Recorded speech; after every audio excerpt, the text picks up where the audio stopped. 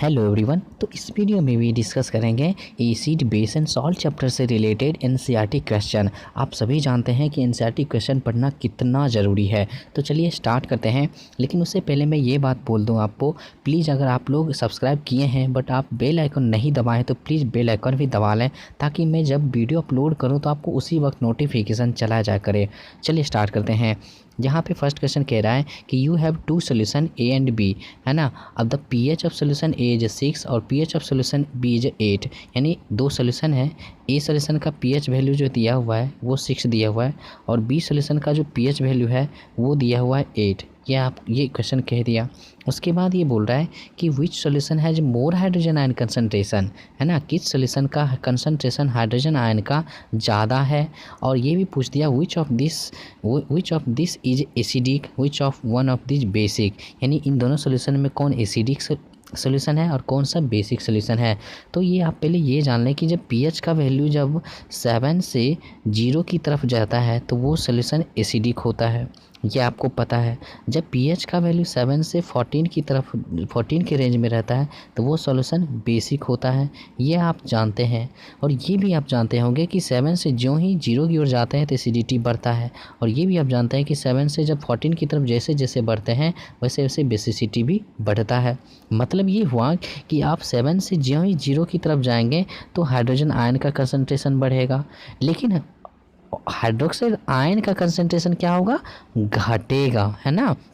मैं फिर से बोल रहा हूँ, जब पीएच का वैल्यू 7 से जो ही आप 0 की तरफ जाएंगे तो H+ तो इंक्रीज करेगा, H+ आयन्स के हाइड्रोजन आयन का कंसंट्रेशन इंक्रीज करेगा, लेकिन हाइड्रोक्साइड आयन का कंसंट्रेशन डिक्रीज कर जाएगा। लेकिन इधर 7 से जब 14 की तरफ हम अगर बढ़ेंगे तो OH- का कंसंट्रेशन बढ़ेगा, लेकिन हाइड्रोजन आयन का कंसंट्रेशन घटेगा। ये आपने समझा।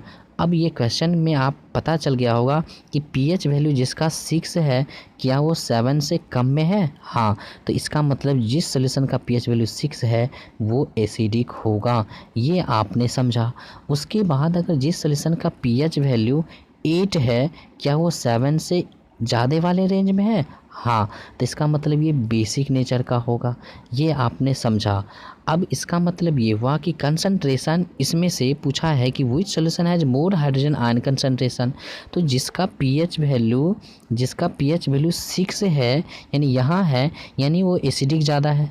जिसका पीएच वैल्यू 8 है इसका मतलब ये आपको बेसिक ज़्यादा है, ये एसिडिक ज़्यादा है, ये बेसिक ज़्यादा है। तो जब एसिडिक ज़्यादा है मतलब इसमें हाइड्रोजन आयन का कंसंट्रेशन ज़्यादा है ना, और जो बेसिक ज़्यादा है उसमें OH- का कंसंट्रेशन ज़्यादा है। तो यहाँ पे आपको पता चल गया कि किस सोल्यूशन का हाइड्रोजन आयन का कंसंट्रेशन ज़्यादा है, तो जिस सोल्यूशन का पीएच वैल्यू 6 है।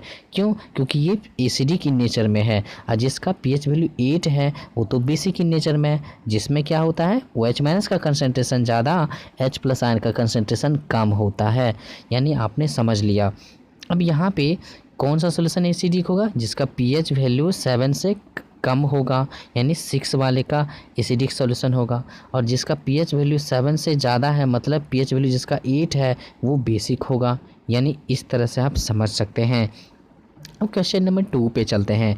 क्वेश्चन नंबर 2 कह रहा है what affect does the concentration of hydrogen ions have on the nature of the solution, यानी हाइड्रोजन आयन का कंसंट्रेशन जो है एक्चुअली में उसकी सोल्यूशन के नेचर पे किस तरह से अफेक्ट डालेगा।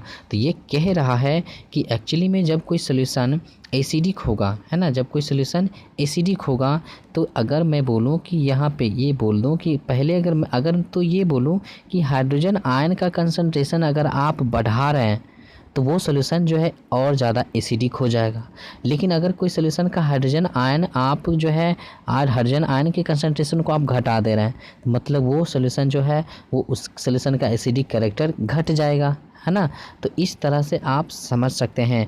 अगर बोलूँ कि अगर हाइड्रोजन आयन का कंसंट्रेशन घटा है तो एसिडिक स्ट्रेंथ घटा है, लेकिन बेसिक स्ट्रेंथ क्या होगा, बढ़ जाएगा, है ना। जब हाइड्रोजन आयन का कंसंट्रेशन कम हो गया तो जाहिर सी बात है कि उस के कंपेरिजन हाइड्रोक्साइड आयन का कंसंट्रेशन ज़्यादा हो गया होगा, इसीलिए वो सोल्यूशन बेसिक हो जाएगा। कब? जब हाइड्रोजन आयन का कंसंट्रेशन घट जाएगा। तो यहाँ पे वही सोल्यूशन में भी कह रहा होगा concentration of hydrogen ion can have varied affect on the nature of the solution.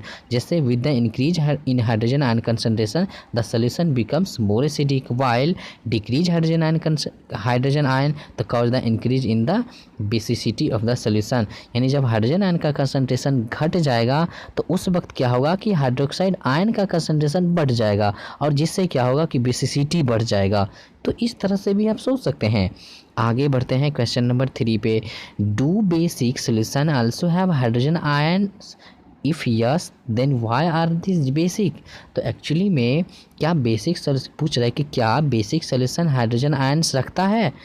तो अगर हाँ तो क्यों, ऐसा क्यों कि फिर भी वो क्यों बेसिक है, जबकि हाइड्रोजन आयन तो वो बेसिक सोल्यूशन भी रख रहा है, तो वो बेसिक क्यों है?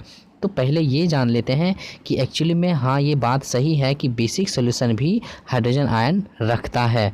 जैसे मान लें कि NaOH में तो जाहिर सी बात है कि OH माइनस है प्रेजेंट, लेकिन इसमें H भी है जो कि H प्लस आयन्स भी इसमें प्रेजेंट है, जो कि ये इसलिए इसमें बेसिक फिर भी कहलाता है। NaOH इसलिए बेसिक कहलाता है क्योंकि OH माइनस का कंसंट्रेशन ज़्यादा है। मैं फिर से बता रहा हूँ, बेसिक सब्सटेंस में एक्चुअली में वो बेसिक सब्सटेंस इसलिए बेसिक है क्योंकि उसमें OH माइनस का कंसंट्रेशन बहुत ज़्यादा है और H प्लस भी है, बट इस H प्लस का कंसंट्रेशन बहुत कम है ना, कंपैरिजन OH माइनस के कंसंट्रेशन से, है ना। तो OH माइनस का कंसंट्रेशन ज़्यादा होने की वजह से वो सॉल्यूशन का नेचर बेसिक हो जाता है। लेकिन H प्लस आयन्स भी वहाँ प्रेजेंट रहते हैं, लेकिन वो लेस अमाउंट में प्रेजेंट रहते हैं। तो ये ध्यान रखना है आपको। अब क्वेश्चन नंबर 4, यहाँ पे क्वेश्चन का आंसर आप देख करके और अच्छे से समझ सकते हैं।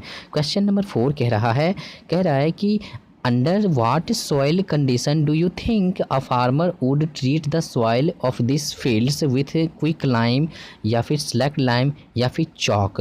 एक्चुअली में ये चॉक हो गया, चाहे स्लैक्ड लाइम हो गया, चाहे कैल्शियम ऑक्साइड हो गया, मीन्स क्विक लाइम को हम कब ऐड करते हैं, किस कंडीशन के सॉइल में ऐड करते हैं, ये आपको बताना है। तो याद रखिए, आपको ट्रिक लगाना है। ये calcium oxide, slaked lime, actually में कैल्शियम कार्बोनेट, ये सभी जो है ना बेसिक इन नेचर का होता है।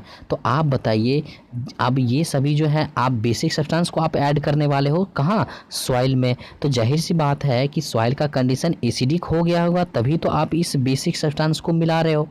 फिर से सुनो, अगर कोई सॉइल का जब कंडीशन जब एसिडिक हो जाए तब आप उसमें बेसिक सब्सटेंस मिलाओगे, तब तो वो एकदम न्यूट्रल कंडीशन में आएगा, क्योंकि पीएच का वैल्यू 7 के अप्रॉक्स जब रहता है तब वो सॉइल अच्छा ग्रोथ करता है।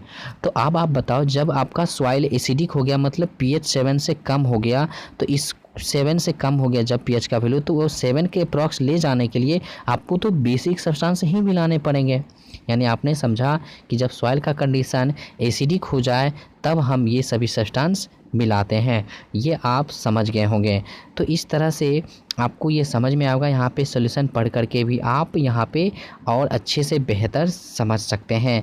तो आई होप कि आपको ये बेहतर समझ में आया होगा।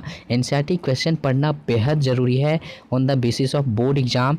तो ज़रूर पढ़िए, और मेरा वीडियो को अगर आप सच में अगर मेरा वीडियो को आप पसंद करते हैं तो प्लीज़ लाइक करें और सब्सक्राइब भी करें, और जहाँ तक आपसे पॉसिबल हो शेयर करें वीडियो को, और सब्सक्रिप्शन बढ़ाने में भी प्लीज़ हेल्प करें। वीडियो देखने के लिए बहुत बहुत धन्यवाद आपका।